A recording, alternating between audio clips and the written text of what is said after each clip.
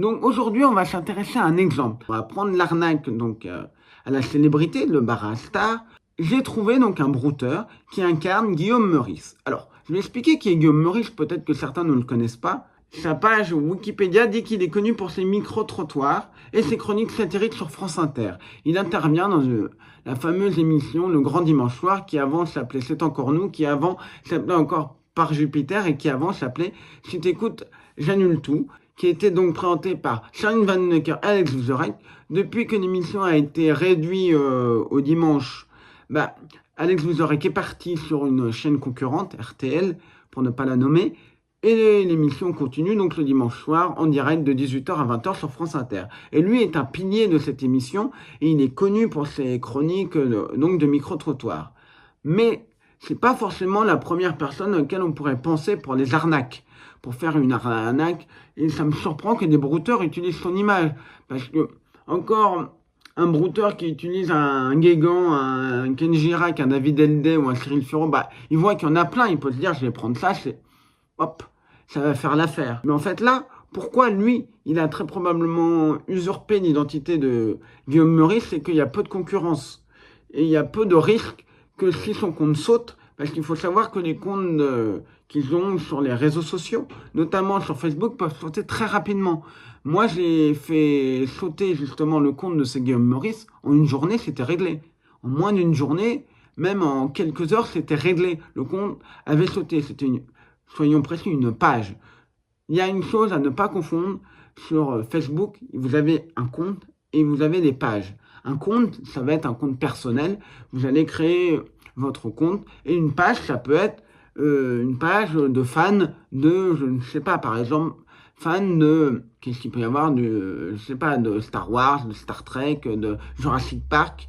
Vous pouvez avoir aussi une page pour votre business. Vous pouvez avoir une page de fans, une fan de Guillaume Meurice qui ne va pas être associée à Guillaume Meurice. Après, il y a une autre chose, c'est les groupes Facebook. Les groupes, ça va être un endroit, comme son nom l'indique, où vous allez pouvoir échanger sur un sujet. Par exemple, vous avez un groupe qui lutte contre les arnaques, vous allez pouvoir échanger, demander des conseils, vous allez poster quelque chose et dire, j'ai vu telle chose, est-ce que c'est une arnaque, est-ce que vous pouvez m'aider? Et il y a des gens qui vont dire, oui, en effet, c'est une arnaque, etc. Voilà, je simplifie un petit peu le fonctionnement, c'est pas une vidéo sur Facebook, mais c'est pour que vous compreniez. Et en fait, j'ai remarqué que beaucoup de brouteurs, quand ils font de l'arnaque justement en Barastar, s'ils sont en Côte d'Ivoire, donc des arnaques francophones, ils vont plutôt avoir des profils que des pages. Et au Nigeria, ça va être l'inverse, ils vont plutôt avoir des pages que des profils. Et donc, on a ce profil qui incarne Guillaume Meurice. Le compte, c'est Guillaume Meurice, compte privé. Ils aiment bien mettre compte privé, qu'est-ce qu'il y a d'autre, compte personnel, etc. Pour donner l'illusion que c'est un truc différent de leur page.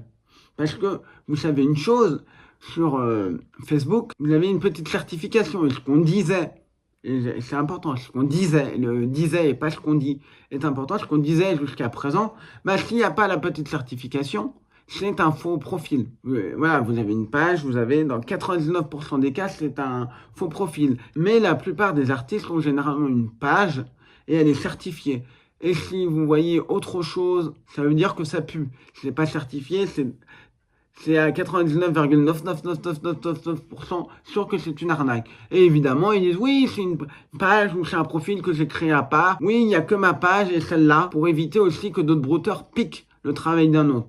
Ce qui est très pratique d'usurper quelqu'un qui est peu usurpé, si vous n'avez pas de concurrence. Comme je l'ai dit, les comptes, ils sautent très vite. Et comme ils peuvent sauter très vite, ils peuvent perdre très vite la personne. C'est pour ça qu'ils vont très vite vous demander un WhatsApp, un Viber, qui sont des applis de discussion type SMS, qui ressemblent à un SMS, ou un Gmail, parce qu'ils savent très bien que c'est plus compliqué à faire sauter qu'un compte Facebook. Alors lui, je le contacte, donc, avec un faux profil, évidemment, qui est un faux profil qui est là pour faire la victime, et justement parler avec eux et me faire passer pour des fans. J'entre en contact, je discute, j'arrive à le géolocaliser, et je vois qu'il est à Abidjan, en Côte d'Ivoire. Abidjan, on rappelle, c'est la capitale économique du pays, la capitale tout court étant Yamoussoukro. Donc c'est vraiment à Abidjan que la plupart des brouteurs qui sont en Côte d'Ivoire se trouvent, même s'ils ne sont pas tous. Et on précise, ils ne sont pas tous dans des cybercafés. La preuve, lui, il était sur iPhone. Et il me sort les classiques. ah, t'es fan de moi, etc., etc. Tout ce qui fait le baratar classique. Il me sort même des phrases copier-coller de ce qu'on appelle des formats, des tests préfets qu'ils peuvent envoyer aux victimes. Ça peut être par exemple des tests qui vont leur servir à demander quelles sont tes passions, quels sont tes centres d'intérêt, qu'est-ce que tu aimes, etc., etc.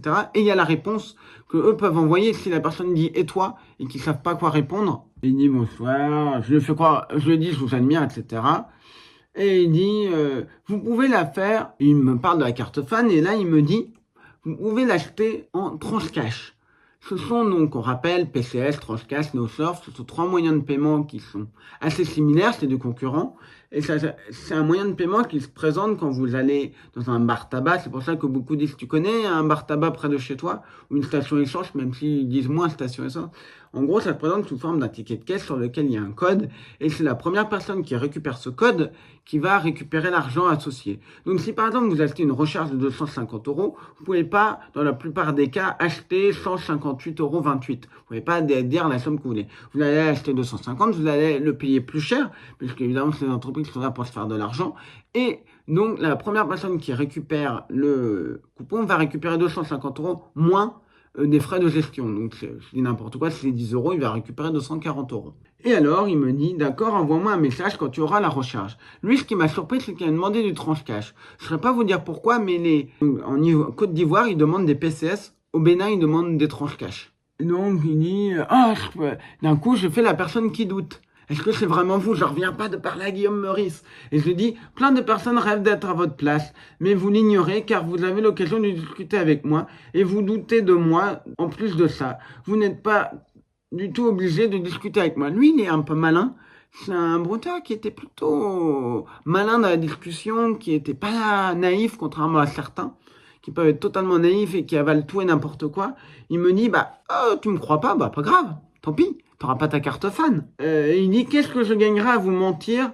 Là, je suis occupé avec mon staff. Évidemment, il me fait croire qu'il n'a pas le temps de faire un audio ou une vidéo. Et alors, je lui dis, mais qu'est-ce qui prouve que c'est bien toi? Il y a plusieurs pages. Il dit, c'est les comptes que j'utilisais avant, mais plus maintenant. Et il dit, veuillez me donner votre numéro de téléphone. Parce qu'évidemment, il sait que sa page peut sauter très vite. Il me dit, passons sur WhatsApp. Il me dit, d'ailleurs, es-tu disponible sur WhatsApp? Je m'y attendais. Peux-tu installer l'application WhatsApp et comme ça, on s'appelle? Sauf que là, je lui dis que ça marche pas. Et il me dit, écoute, j'ai un de mes associés qui s'appelle Eric Dubois. Et je te propose qu'on se fasse une visio depuis ce compte. Faut savoir que à ce jour, et peut-être que ça changera au moment où vous regardez la vidéo, vous pouvez pas faire de visio sur une page. Vous pouvez faire une vidéo sur un compte, donc, mais pas sur une page. Donc il me donne, une page. Alors là, quand on voit la photo, tout de suite, on comprend que c'est du Baralov, que c'est sa page de Baralov. Pour faire donc de l'arnaque au sentiment avec une photo volée. Donc il me dit, coucou, tu es là, c'est Guillaume. J'ai pas assez de temps, on va se voir. Et j'ai un souci avec la cam aussi. Le grand classique, moi je m'attendais à ce qu'il me fasse quelque chose d'assez simple, c'est qu'il me fasse une caméra qui soit toute noire, comme ça, donc hop, quelque chose avec un cache ou quelque chose, et que je vois rien. Je m'attendais vraiment à ça. Parce qu'il était sur téléphone. J'aurais pu m'attendre à ce qu'ils font dans des cybercafés, mais je pense qu'on peut le faire aussi sur téléphone, c'est changer le flux de la caméra. Changer le flux de la caméra et mettre autre chose. C'est beaucoup plus facile quand ils incarnent un kidam, donc ils ont certaines vidéos, une actrice de film pornographique, parce qu'ils ont parfois des vidéos de la personne qui est allongée, totalement habillée, il n'y a rien de sexuel ou quoi que ce soit là-dedans, elle est juste habillée, elle est là comme ça, voilà, hop. Et il coupe très rapidement parce que la personne ne va pas parler. Puisque c'est une vidéo préenregistrée, il va dire c'est bon, tu m'as vu. Et des fois, ça peut malheureusement faire l'affaire. Ça peut malheureusement aller piéger des victimes. Donc, je me suis dit, il va très probablement mettre un truc comme ça sur la caméra. Et je ne le verrai pas. Mais là, pas du tout. Parce que je pense à l'ami Lalin, ce qu'avait fait... Lalin, à un moment, discutait, je crois, avec un faux Kenji Girac, et le faux Kenji Girac avait mis, je crois, sa main ou ce truc, et d'un coup, on voyait le visage de l'escroc, donc ça devait être un Ivoirien, et on le voit, et d'un coup, il était en panique à faire merde, on m'a vu, et on était tous morts de rire. C'était, mais, absolument génial. Je m'attendais aussi à une autre chose qui me parle. Je me suis dit, peut-être qu'il va me parler, uniquement faire ça et me parler. Faut savoir une chose qui peut paraître contre-intuitive est assez étonnante dans le Bara Star, c'est qu'ils n'ont absolument pas peur de vous parler. Ils n'utilisent pas des... On pourrait dire, ouais, mais ils parlent, ils utilisent un modificateur de voix qui imite la voix de Guillaume Meurice, de Kenji Girac, de David Hallyday, et j'en passe. Non, ils font ça avec leur vraie voix. Ils font vraiment ça avec leur vraie voix, ils vous parlent.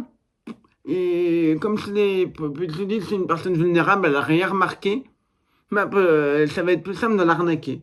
Voilà, allez voir les lives d'Arnaque Moi si tu peux, allez voir les lives de Lalin, allez voir les lives de Any Name, de Sandoz aussi. Il en fait un petit peu moins, mais je sais pas s'il a eu du Barastar qui parle avec sa véritable voix. Et puis, ce qui est pas mal là-dedans, c'est que ce que font toutes ces personnes qui étaient, bah, ça encourage les brouteurs à parler avec leur vraie voix. Ce qui peut, pour une victime qui aurait été en confiance, bah, la voix va casser tout le truc et va se dire ah bah non, c'est pas toi, merci, au revoir. Et lui, ce qu'il a fait, j'ai pas de téléphone devant moi, mais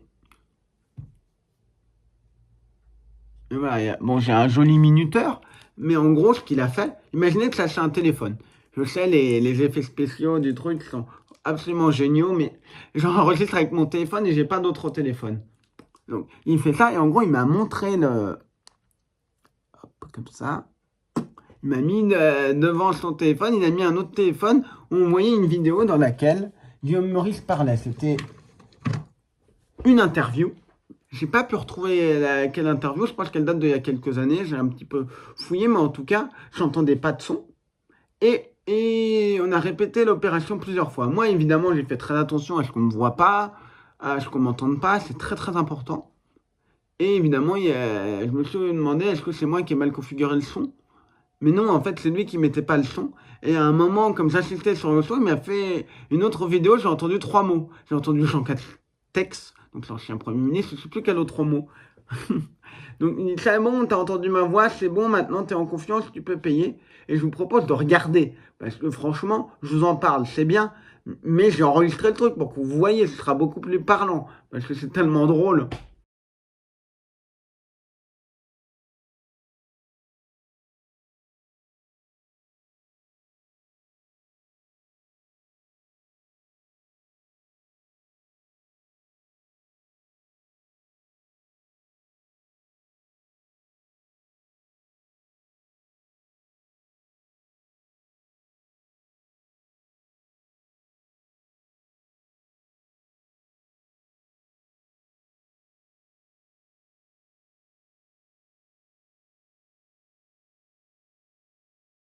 Mais quand on voit ça, on peut se dire, non, une victime peut pas se faire avoir.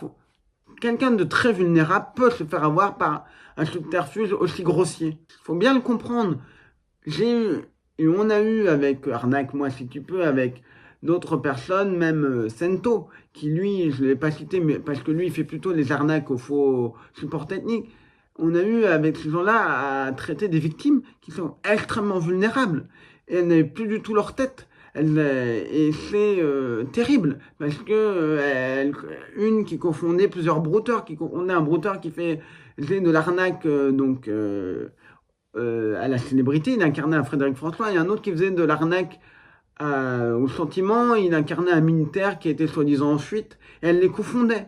Alors, d'un autre côté, qu'est-ce que j'ai fait?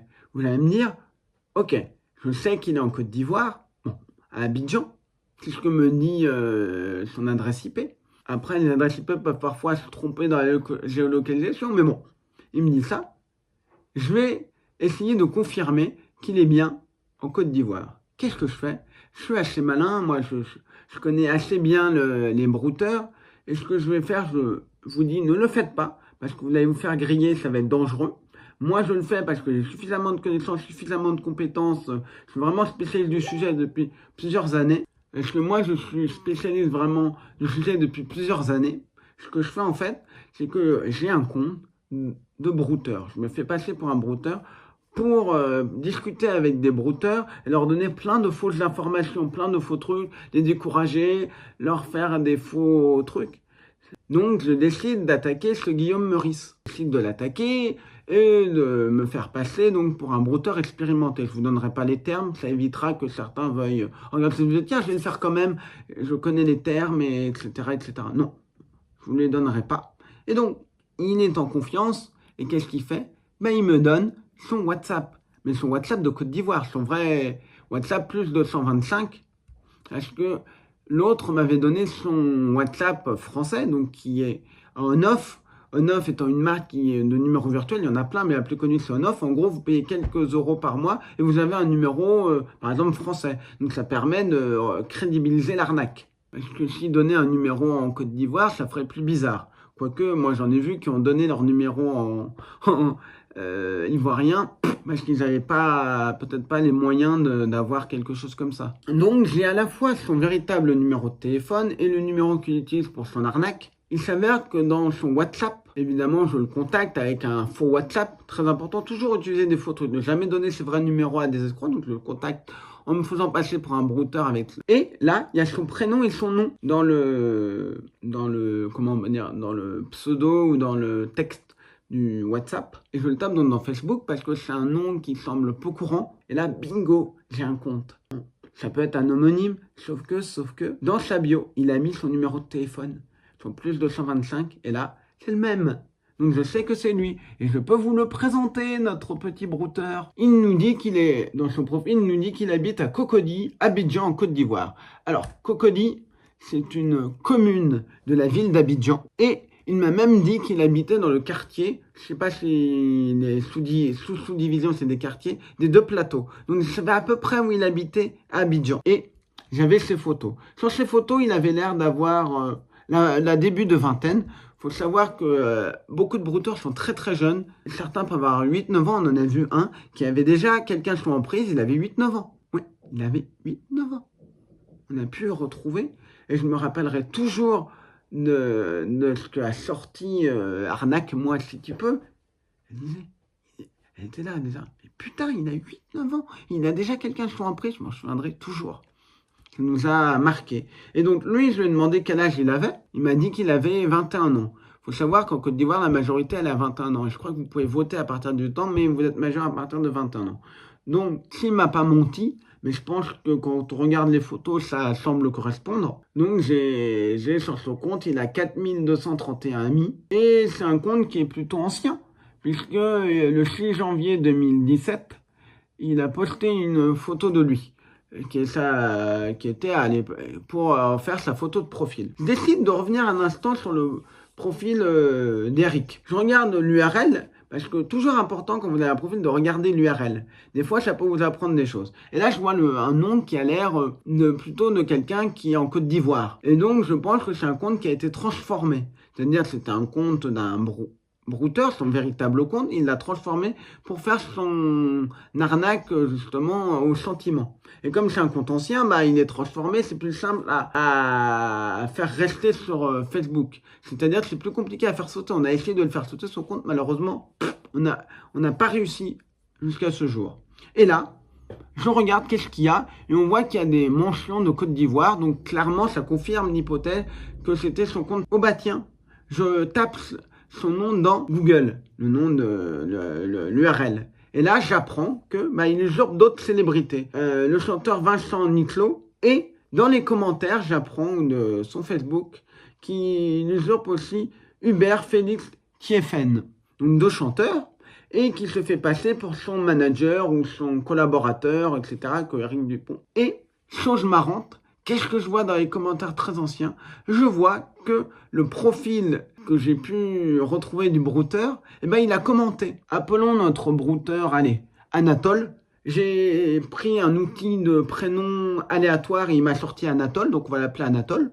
Donc j'ai pu trouver qu'Anatole a commenté. Donc je me suis dit, comme je m'en doutais, ils sont plusieurs derrière ça. Parce que déjà, pour tenir la caméra, pour tenir le truc, ils devaient être plusieurs. Mais au moment où je suis tombé dessus, j'ai dû tomber sur peut-être le chef de la bande, quoi. Et donc, un a dû prendre son ancien profil pour le transformer. Il s'est dit, bon, je sacrifie mon profil, ça va me permettre de récupérer de l'argent. Voilà, faites très très attention, je le redis. Ces arnaques-là de brouteurs, ça ne touche pas que des personnes âgées. Des gens comme Sando, Zeniname, Arnaque-moi si tu peux, Lalin et Sento et même d'autres pourront vous confirmer que les arnaques, en général sur Internet, ne touche pas uniquement que des personnes âgées.